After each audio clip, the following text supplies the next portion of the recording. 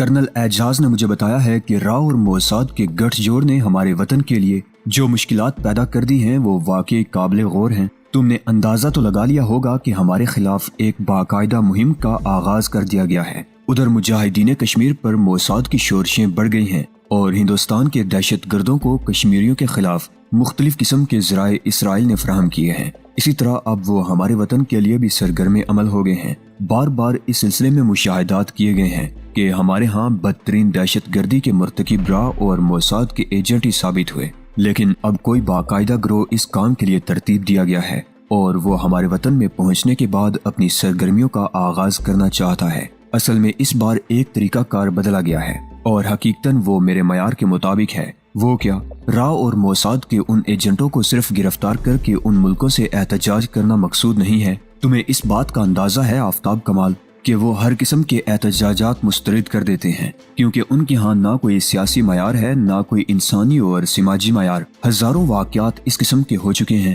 بابری مسجد کا واقعہ دیکھ لو، کشمیر دیکھ لو، اس کے علاوہ ایک ہی نہیں بے شمار ایسے معاملات جن میں کبھی ان کا کوئی انسانی معیار نظر نہیں آیا۔ کشمیریوں پر جو مظالم ڈھائے جا رہے ہیں ان کی تفصیل کسی سے ڈکی چھپی نہیں ہے۔ پوری دنیا ان مظالم پر سینہ کوبی کر رہی ہے، لیکن ہندوستانی حکام کسی بات پر کان ہی نہیں دھر رہے۔ یہ ان کا مسلک ہے اور ان کے ساتھ ان کے جیسا ایک اور ملک بھی سرگرم عمل ہے۔ میری مراد اسرائیل سے ہے۔ تو اصل میں کہنے کا مطلب یہ ہے کہ ہمارے حکام نے بھی یہ فیصلہ کیا ہے کہ اب افہام و تفہیم کے راستے تو ہے نہیں کہ ہم ان سے بات کریں، گرفتاریاں کریں، ان ایجنٹوں کو ان کے سامنے پیش کریں، اور وہ تسلیم ہی نہیں کریں گے۔ چنانچہ بہتر یہ ہے کہ خس کم جہاں پاک والا مسئلہ سامنے لایا جائے، یعنی جو راؤ یا موساد کا ایجنٹ ہو اور پوری طرح پروف حاصل ہو جائے کہ وہ ان کے لیے کام کر رہا ہے، اسے اس روئے زمین سے ہی مٹا دیا جائے تاکہ مستقبل کے بہت سے اندیشے ختم ہو جائیں۔ آفتاب کمال نے ششدر نگاہوں سے مجھے دیکھا اور گردن پر ہاتھ رکھ کر بولا،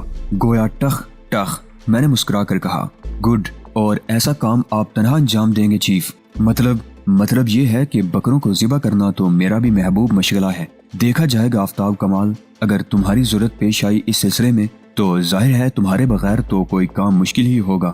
ہاں چیف، یہی میں بھی کہہ رہا تھا، لیکن ابھی آپ مجھے اپنے راستے سے ہٹا رہے تھے۔ مجھے تو ایسا محسوس ہوا جیسے مجھے ہی ٹخ کر رہے ہوں۔ آفتاب کمال نے کہا اور میں ہنسنے لگا۔ پھر میں نے کہا، نہیں خیر، تمہیں تو میں کبھی بھی ٹخ نہیں کر سکتا، کرنا چاہیے بھی نہیں ہے چیف۔ اور پھر اگر نیک کاموں میں آپ مجھے حصہ نہ دیں گے، پھر کون سے کاموں میں حصہ دیں گے؟ میں اس سلسلے میں کام کروں گا چیف، اور آپ مجھے خود سے علیحدہ نہیں کریں گے۔ ٹھیک ہے بھائی، ٹھیک ہے، تم تو لڑنے لگے، ایسی باتوں پر تو لڑنا ہی پڑے گا چیف۔ باقی آپ کے ہر حکم کو ماننے کے لیے تیار ہوں، لیکن اس سلسلے میں میری حق تلفی نہ کیجیے گا چیف، ورنہ مجھے دلی رنج ہوگا۔ ٹھیک ہے بابا، ٹھیک ہے۔ تو پھر اب بتائیے پروگرام کیا ہے؟ دیکھو آفتاب کمال، ابھی مجھے اس سلسلے میں فوجی ہیڈ کوارٹر سے بریفنگ ملے گی۔ میرا اندازہ ہے کہ وہ میری سوچ سے الگ نہیں ہوگی۔ میں نہیں کہتا کہ مجھے وہاں سے کچھ لوگوں کی نشاندہی کی جائے گی، لیکن اصل میں ایسے کسی پوائنٹ پر پہنچنا چاہتا ہوں جس میں کوئی کام کی بات میرے ہاتھ آ سکے، اور اس کے لیے میں نے ایک طویل منصوبہ بندی کی ہے۔ چیف مجھے تو بتا دے، آفتاب کمال نے کہا، اور میں اسے مدھم لہجے میں اپنی سوچی ہوئی بات بتانے لگا۔ آفتاب کمال بڑے غور سے سن رہا تھا۔ بڑی دیر تک وہ خاموش بیٹھا رہا، پھر اس نے سنسنی خیز نگاہوں سے مجھے دیکھتے ہوئے کہا، چیف کیوں، اعتراض ہے میرے منصوبے پر؟ بالکل اعتراض نہیں ہے، لیکن اب تو ایک بات تسلیم کر ہی لیں آپ۔ کیا؟ آپ آفتاب کمال کے گن گاتے رہے ہیں، اور آپ نے بارہا یہ بات کہی ہے کہ میں انسائکلوپیڈیا ہوں، میں یہ ہوں، میں وہ ہوں، لیکن ایک بات میں نے ہمیشہ محسوس کی ہے چیف۔ کیا؟ جب بھی آپ نے کبھی کوئی منصوبہ سوچا ہے، کوئی پروگرام بنایا ہے، تو سچی بات یہ ہے کہ میرا سارا کیا درا خاک میں مل جاتا ہے۔ میری ذہنی پہنچ تو آپ کی ذہنی پہنچ کے معاملے میں ایک پیسہ برابر بھی نہیں ہے۔ خیر، یہ تو اب تم کثرت نفسی سے کام لے رہے ہو۔ نہیں باخدا چیف، لیکن ایک بات اور بتائیے، اس طرح کیا میرا مطلب ہے فریدہ بابی پر اس کے اثرات نہیں پڑیں گے؟ پڑیں گے تو پھر کیا ہوگا؟ کچھ نہیں، جب ہماری یہ مہم ختم ہو جائے گی تو فریدہ بھی صاف ستھری ہو جائے گی، اور ڈی آئی جی صاحب، ان سے تو بس میرا ایک لمبا سلسلہ چل گیا ہے، وہ ویسے ہی مجھ سے کون سے خوش ہیں جو اب ناراض ہوں گے؟ خوشی بھی ہوگی انہیں، یقیناً ہوگی، کم از کم وہ یہاں اپنی انا کو مجروح سمجھتے ہیں، اور ان کا خیال ہے کہ بعض جگہ انہیں میری وجہ سے ناکامیوں کا سامنا کرنا پڑا ہے۔ حالانکہ ایسی بات نہیں ہے چیف، چھوڑو یار، باپ ہیں، ان کا حق ہے، اب ان کی سوچیں غلط ہیں تو میں کیا کر سکتا ہوں؟ پھر بھی وہ میرے لیے باعث احترام ہے، کیوں نہیں چیف؟ لیکن بڑا سنسنی خیز پروگرام ہے،